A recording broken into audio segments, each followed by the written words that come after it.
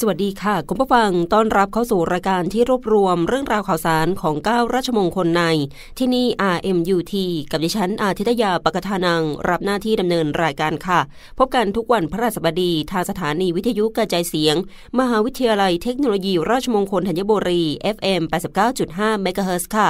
สำหรับวันนี้ที่นี่ RMUT มีหลากหลายข้อมูลข่าวสารของชาวราชมงคลซึ่งเราคัดสรรมานำเสนอคุณผู้ฟังใน3ช่วงรายการค่ะเริ่มต้นกันที่ช่วงแรกกับช่วงเปิดบ้านราชมงคลค่ะ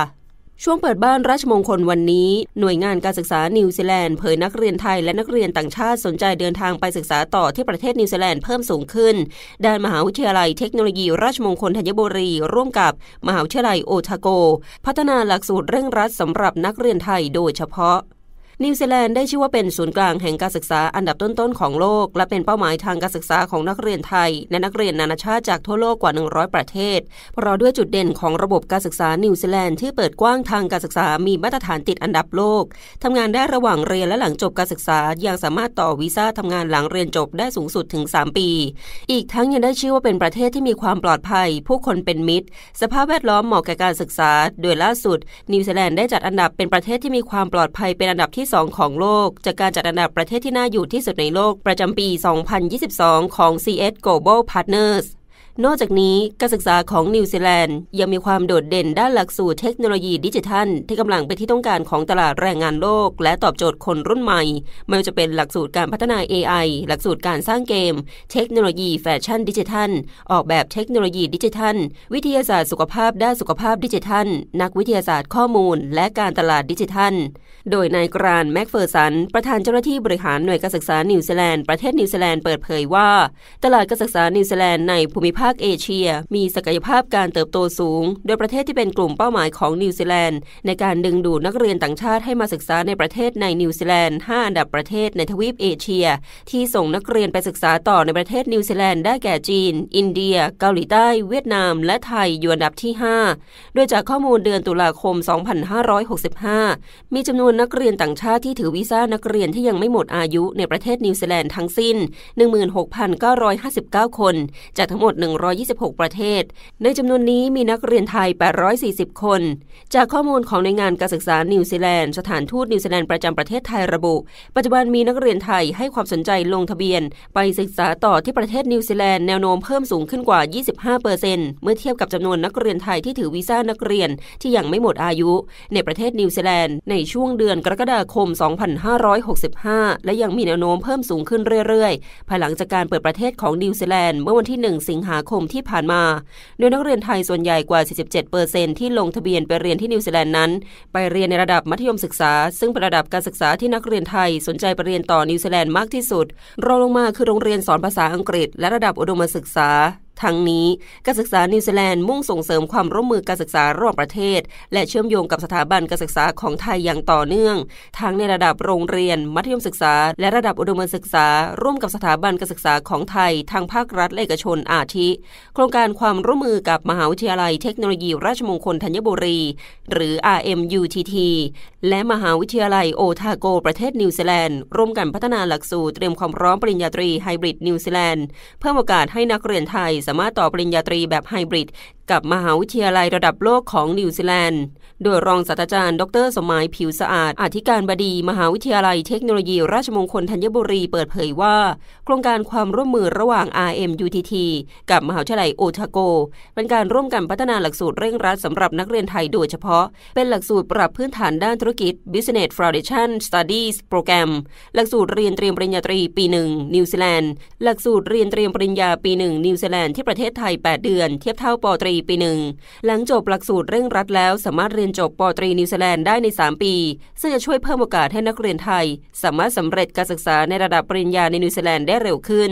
นอกจากความร่วมมือในการพัฒนาหลักสูตรปริญญาตรีไฮบริดนิวซีแลนด์แล้วที่ผ่านมามหาวิทยาลัยเทคโนโลยีราชมงคลธัญบุรียังได้ร่วมมือกับมหาวิทยาลัยต่างๆในประเทศนิวซีแลนด์ผ่านสถานทูตนิวซีแลนด์ประจำประเทศไทยในการจัดตั้งศูนย์การเรียนรู้ไทยนิวซีแลนด์หรือ TNZC ที่ศูนย์นวัตกรรมและความรู้มหาวิทยาลัยเทคโนโลยีราชมงคลธัญบุรีดีมอเขตจตุจักรกรุงเทพมหานครเพื่อเชื่อมโยงการศึกษาระหว่างการศึกษาไทยกับการศึกษานิวซีแลนด์ให้ลึกซึ้งยิ่งขึ้นอีกทั้งยังช่วยเพิ่มโอกาสการเข้าถึงการศึกษาในระดับนานาชาติให้นักเรียนไทยอีกด้วย และนี่คือช่วงแรกกับเปิดบ้านราชมงคลค่ะพักสักครู่หนึ่งช่วงหน้ามาติดตามกับข่าวสารของราชมงคลในรอบรู้9ราชมงคลค่ะ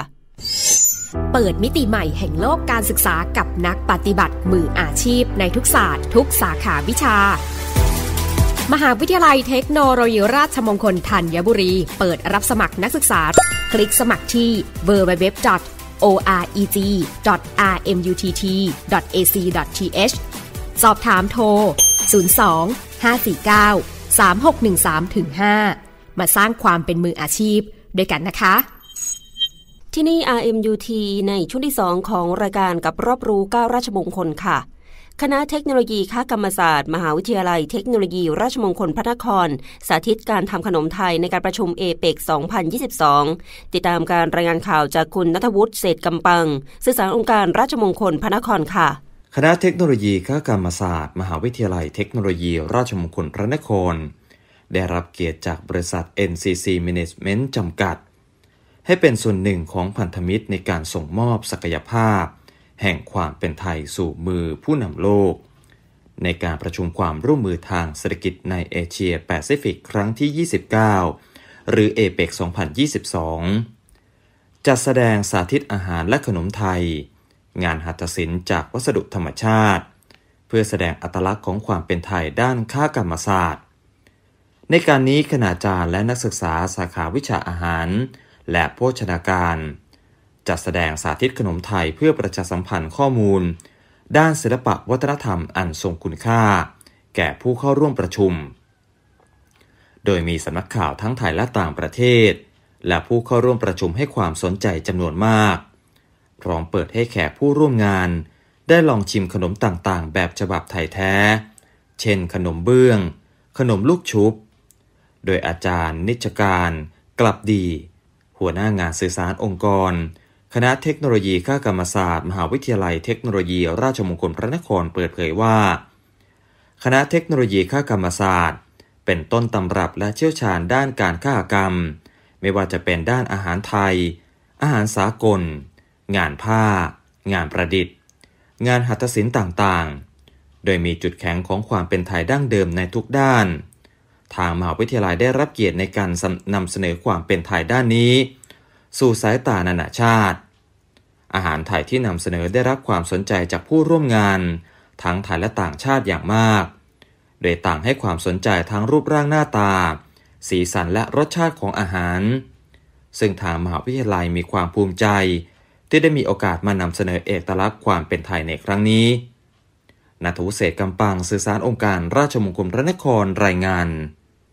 คณะวิศวกรรมศาสตร์มหาวิทยาลัยเทคโนโลยีราชมงคลศรีวิชัยลงนามบันทึกข้อตกลงความร่วมมือด้านวิชาการกับโรงเรียนสุภาพบุรุษเดินเรือติดตามการรายงานข่าวนี้จากคุณธนากรสิทธิสารวิทยุราชมงคลศรีวิชัยค่ะผู้ช่วยศาสตราจารย์อุดรนามเสนรองอธิการบดีและนายธีรศักดิ์อัจฉริยวิทย์กุลผู้รับใบอนุญาตโรงเรียนสุภาพบุรุษเดินเรือร่วมลงนามบันทึกข้อตกลงความร่วมมือด้านวิชาการหรือ MOA เพื่อสร้างความร่วมมือในด้านวิชาการและพัฒนาคุณภาพบุคลากรพาณิชย์นาวีและโลจิสติกส์รวมไปถึงการจัดฝึกอบรมสัมมนาให้แก่บุคลากรและนักศึกษาของคณะวิศวกรรมศาสตร์โดยมีรองศาสตราจารย์จรูญเจริญเนตรกุลคณบดีคณะวิศวกรรมศาสตร์และนายวัศกรศรีเคราะห์ผู้จัดการทั่วไปร่วมลงนามเป็นพยานในบันทึกข้อตกลงความร่วมมือนอกจากนี้ยังมีคณะผู้บริหารและคณาจารย์ให้เกียรติเข้าร่วมเป็นสักขีพยานลงนามในครั้งนี้ณห้องประชุมเฟืองทองคณะวิศวกรรมศาสตร์มหาวิทยาลัยเทคโนโลยีราชมงคลศรีวิชัยอำเภอเมืองจังหวัดสงขลา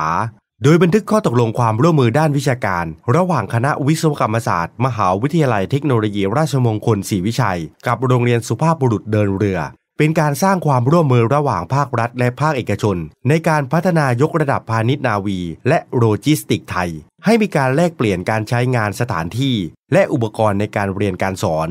รวมไปถึงการอำนวยความสะดวกในด้านการจัดหลักสูตรระยะสั้นและระยะยาวก่อให้เกิดการจัดสรรแลกเปลี่ยนความรู้จากครูผู้สอนผู้ประเมินและผู้รับผิดชอบหลักสูตรระหว่าง2สถาบันได้อย่างมีประสิทธิภาพ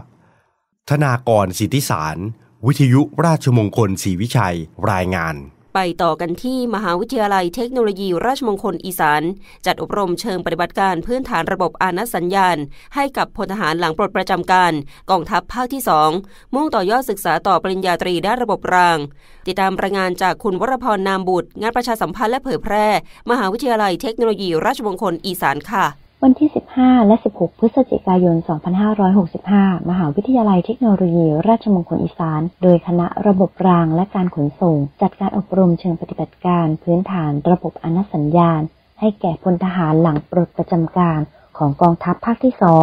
ณศูนย์การศึกษาหนองระเวียงซึ่งหลักสูตรอบรมดังกล่าวเป็นการต่อยอดจากการพัฒนาบุคลากรด้านระบบอานัสสัญญาณที่ทางอาจารย์ของคณะได้เข้าร่วมกับหรือโจเรลเวย์ Vocational Technical College ประเทศจีนโดยมีพลตรีปิยพันธ์ทิติวัฒนานนท์เสนาธิการกองทัพภาคที่2และพลโทสุเมธนามแสงเข้าเยี่ยมชมการอบรมและห้องปฏิบัติการด้านระบบรางของคณะระบบรางและการขนส่งโดยมีรองศาสตราจารย์ดร.อภิชิตคำผาล่าหัวหน้าสถาบันระบบรางแห่งมทร.อีสานและอาจารย์สถาบันระบบรางให้การต้อนรับ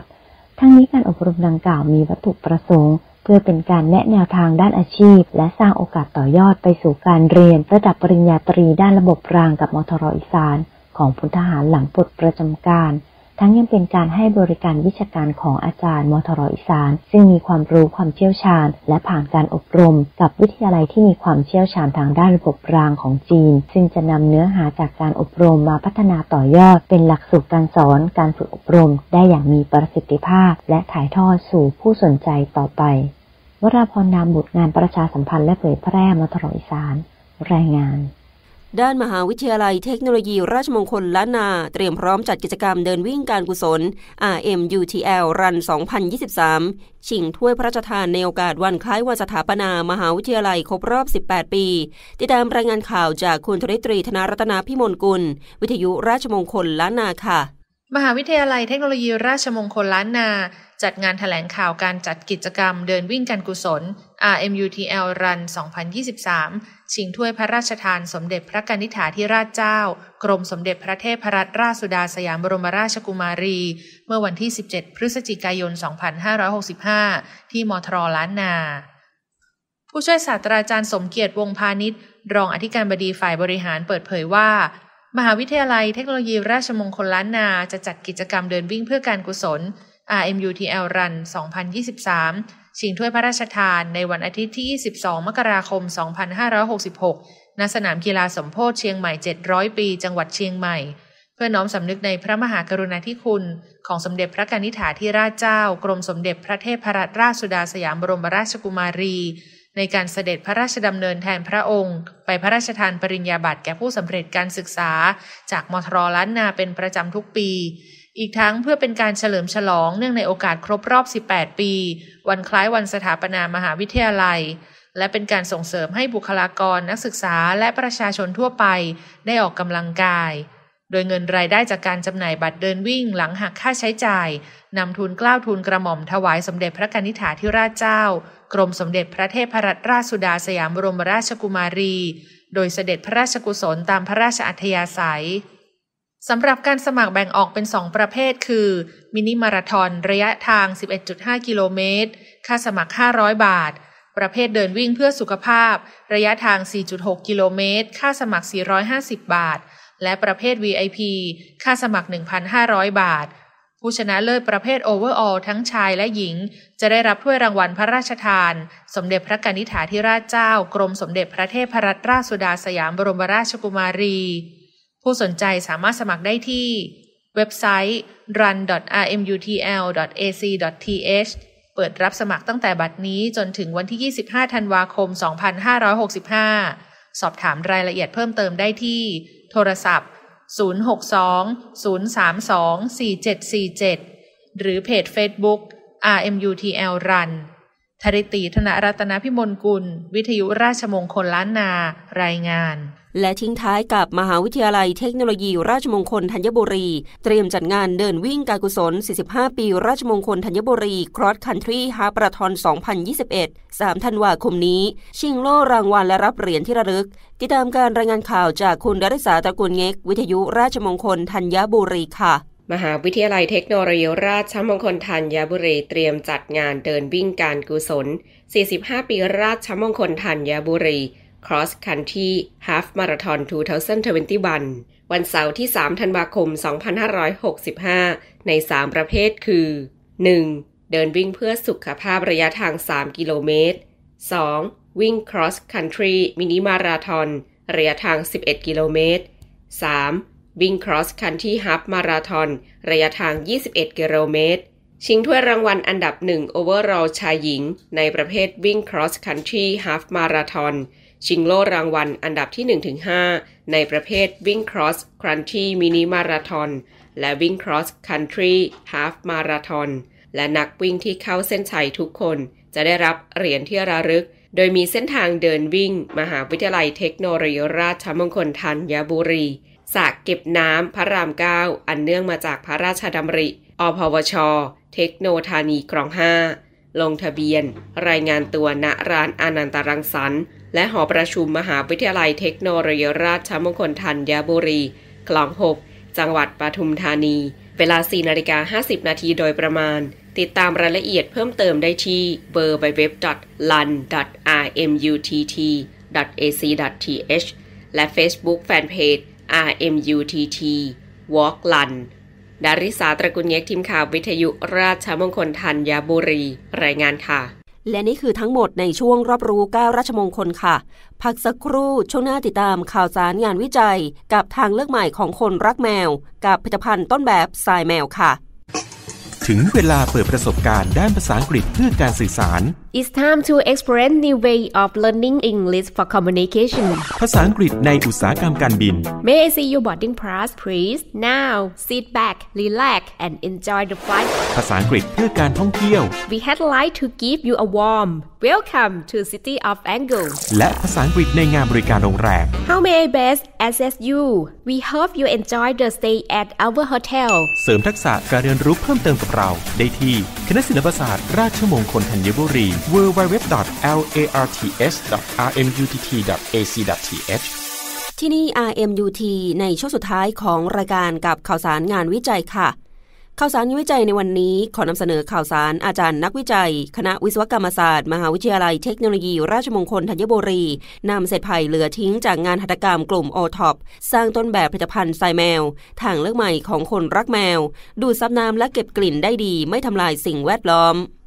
ผลิตภัณฑ์ทรายแมวจากเศษไผ่เหลือทิ้งเป็นผลงานวิจัยของคณะผู้วิจัยซึ่งนำโดยผู้ช่วยศาสตราจารย์สุนีหทัยวศรีวงศ์ร่วมกับดร.นารีรัตน์จริยปัญญาและอาจารย์จักริดฟุ่มเฟืองอาจารย์และนักวิจัยภาควิชาวิศวกรรมสิ่งทอคณะวิศวกรรมศาสตร์มหาวิทยาลัยเทคโนโลยีราชมงคลธัญบุรีหรือมทร.ธัญบุรีโดยผลงานวิจัยนี้ได้ขอรับการจดยื่นอนุสิทธิบัตรจากกรมทรัพย์สินทางปัญญากระทรวงพาณิชย์เป็นที่เรียบร้อยแล้ว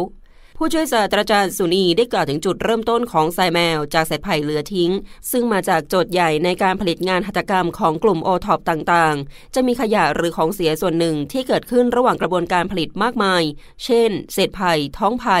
เศษเส้นตอกที่ไม่ได้คุณภาพโดยผู้ประกอบการส่วนใหญ่จะเลือกกำจัดด้วยวิธีการเผาทำลายและมีบางส่วนนำมาทำเป็นดินซึ่งวิธีการดังกล่าวย่อมกระตุ้นให้เกิดมลพิษทางอากาศและมีผลระยะยาวต่อสุขภาพของผู้คนในชุมชนซึ่งผลงานผลิตภัณฑ์ทรายแมวจากเศษไผ่เหลือทิ้งที่เกิดขึ้นนี้เป็นการต่อยอดจากงานวิจัยเรื่องการจัดการเศษวัสดุเหลือใช้จากกระบวนการผลิตเสื่อลำแพนมาใช้ประโยชน์ในเชิงพาณิชย์ภายใต้ชุดโครงการการจัดการองค์ความรู้และต่อยอดนวัตกรรมเสือลำแพนเพื่อขยายผลสู่การสร้างชุมชนการเรียนรู้ที่ยั่งยืนพื้นที่อำเภอประจันตคามจังหวัดปราจีนบุรีโดยนำกระบวนการผลิตทรายแมวจากเศษไผ่มาสร้างมูลค่าพัฒนาขึ้นเป็นสูตรใหม่ให้มีคุณสมบัติที่ดีโดยเฉพาะคุณสมบัติของการดูดซับน้ำการบดอัดซึ่งสูตรการผลิตเดิมค่อนข้างเหนียวและข้นส่งผลให้ขั้นตอนการขึ้นรูปอัดเม็ดทำได้ยากและไม่สามารถบดอัดผ่านเครื่องจักรขนาดเล็กได้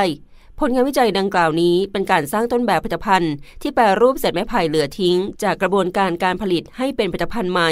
โดยศึกษาการแปรรูปเศษไม้ไผ่เหลือทิ้งจากกระบวนการผลิตและสร้างต้นแบบผลิตภัณฑ์ด้วยเทคโนโลยีการตัดบดและปั่นแยกเส้นใยเพื่อให้มีคุณสมบัติการดูดซับน้ำที่ดีโดยใช้เยื่อไผ่และกาวแป้งในอัตราส่วน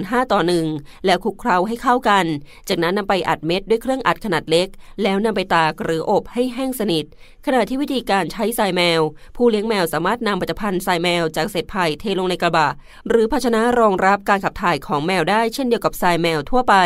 หลังการใช้งานทรายแมวจากเศษไผ่แล้วสามารถใช้เป็นปุ๋ยใส่ต้นไม้ได้อีกด้วยถือว่าเป็นข้อดีอย่างหนึ่งในการเป็นมิตรต่อสิ่งแวดล้อมผู้ช่วยศาสตราจารย์โซนีกล่าวว่าเทคโนโลยีและนวัตกรรมที่ได้คือนวัตกรรมการแปรรูปเศษไผ่เป็นทรายแมวดูดซับการขับถ่ายของสัตว์เลี้ยงได้สูตรการผลิตทรายแมวที่มีสมบัติการดูดซับน้ำใกล้เคียงกับทรายแมวประเภทเดียวกันที่จัดจำหน่ายอยู่ในท้องตลาดซึ่งมีราคาขายเฉลี่ย34 บาทต่อกิโลกรัมขณะที่ทรายแมวจากเยื่อไผ่มีต้นทุนการผลิตเฉลี่ย10 บาทต่อลิตรคาดการราคาขายทรายแมวจากเยื่อไผ่ประมาณ 30-35 บาทต่อลิตรหากนำไปแบ่งบรรจุถุงเพื่อจำหน่ายถุงละ5 ลิตรสามารถขายได้ถุงละ 150-180 บาทต้นทุนทรายแมวจากเยื่อไผ่50 บาทต่อถุงซึ่งต้นแบบผลิตภัณฑ์ทรายแมวดังกล่าวนี้มีความโดดเด่นในด้านการดูดซับน้ำได้ดีมีฝุ่นน้อยน้ำหนักเบาเป็นมิตรต่อสิ่งแวดล้อมอีกทั้งยังสามารถกำจัดทิ้งได้ง่ายที่นับว่าตรงคุณสมบัติของทรายแมวที่ดีนอกจากนี้ยังได้ทดสอบความสามารถในการดูดซับน้ำซึ่งผลการทดสอบอัตราการดูดซับน้ำเปรียบเทียบกับทรายแมวที่ผลิตจากไม้สนและทรายแมวที่ผลิตจากสั่งข้าวโพดเพราะว่าทรายแมวที่ผลิตจากเศษไผ่มีประสิทธิภาพการดูดซับน้ำเทียบเท่ากับทรายแมวที่ผลิตจากไม้สนและทรายแมวจากสั่งข้าวโพดอย่างไรก็ตามการจะเลือกใช้ทรายแมวประเภทใดหรือชนิดใดนั้นส่วนหนึ่งขึ้นอยู่กับงบประมาณลักษณะขนของแมวรวมถึงความชอบของแมวแต่ละตัวที่มีความแตกต่างกันซึ่งในช่วงเริ่มต้นผู้เลี้ยงแมวอาจต้องทดลองใช้ก่อนเพื่อจะได้รู้ว่าทรายแมวแบบใดที่ถูกใจและเหมาะกับแมวที่เลี้ยงอยู่โดยคุณผู้ฟังที่สนใจทรายแมวจากเศษเยื่อไผ่สามารถสอบถามข้อมูลเพิ่มเติมได้ที่ภาควิชาวิศวกรรมสิ่งทอคณะวิศวกรรมศาสตร์มหาวิทยาลัยเทคโนโลยีราชมงคลธัญบุรี025493450และนี่คือเรื่องราวทั้งหมดในวันนี้กับที่นี่ RMUT ค่ะติดตามรายการที่นี่ RMUT ได้ใหม่ในวันพฤหัสบดีหน้าวันนี้สวัสดีค่ะ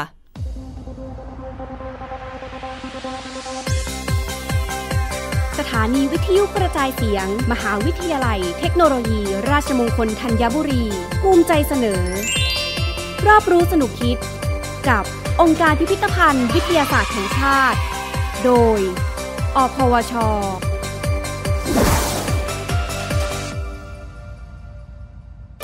โรคระบาดที่โลกเคยเผชิญไวรัสและแบคทีเรียเป็นสิ่งมีชีวิตขนาดเล็กแบคทีเรียมีขนาดเล็กกว่าเซลล์ของสัตว์ประมาณ 1,000 เท่าต้องใช้กล้องจุลทรรศน์อิเล็กตรอนเท่านั้นจึงจะมองเห็นพบได้ทุกคนทุกแห่งในโลกไม่ว่าจะบนพื้นในทะเลสาบแม่น้ำน้ำแข็งในตัวคนพืชหรือสัตว์แบคทีเรียบางชนิดก็มีประโยชน์เช่นช่วยสลายของเสียแต่ก็มีไม่น้อยที่ทำให้เกิดโรคร้ายแรงแบคทีเรียชนิดหนึ่งชื่อว่า Clostridium botulinum มีอันตรายร้ายแรงมากขณะที่ว่าเพียง450 กรัมก็สามารถฆ่าชีวิตคนทั้งหมดบนโลกได้ก่อนที่จะมีการค้นพบยาปฏิชีวนะซึ่งสามารถยับยั้งการเจริญเติบโตของเชื้อแบคทีเรียโรคระบาดจากเชื้อแบคทีเรียสามารถระบาดกินพื้นที่กว้างขวางและฆ่าชีวิตผู้คนมากมายอย่างควบคุมไม่ได้ในคริสตศตวรรษที่14กาฬโรคซึ่งเกิดจากแบคทีเรียชนิดหนึ่งที่มีหมัดหนูเป็นพาหะได้ระบาดในยุโรปฆ่าชีวิตคนไปกว่า25 ล้านคนไวรัสก็ทำให้โรคระบาดได้เช่นกันในเดือนมีนาคมปี 1918 ไข้หวัดใหญ่ร้ายแรงชนิดหนึ่งได้แพร่ระบาดไปทั่วโลกในเวลาเพียง4 เดือนฆ่าชีวิตคนไปอย่างน้อย21 ล้านคนก่อนจะสามารถควบคุมได้รวมถึงการระบาดของโรคโควิด -19 จากไวรัสโคโรนาสายพันธุ์ใหม่ตั้งแต่ปี 2019 จนถึงปัจจุบันที่มีจำนวนผู้ติดเชื้อสะสมรวมทั่วโลกกว่า500 ล้านคนและมีผู้เสียชีวิตรวมแล้วกว่า6 ล้านคนแม้โลกของเราจะประสบกับโรคระบาดอยู่หลายครั้งแต่มนุษย์ก็สามารถคิดค้นวิธีการต่างๆในการรับมือทั้งการป้องกันการรักษาเยียวยาการลดการแพร่ระบาดจนถึงระดับที่สามารถควบคุมได้ทุกครั้งการระบาดของโรคโควิด -19 ก็เหมือนกันหวังว่าเราจะผ่านพ้นไปได้อีกเช่นเคยครับรอบรู้สนุกคิดกับองค์การพิพิธภัณฑ์วิทยาศาสตร์แห่งชาติ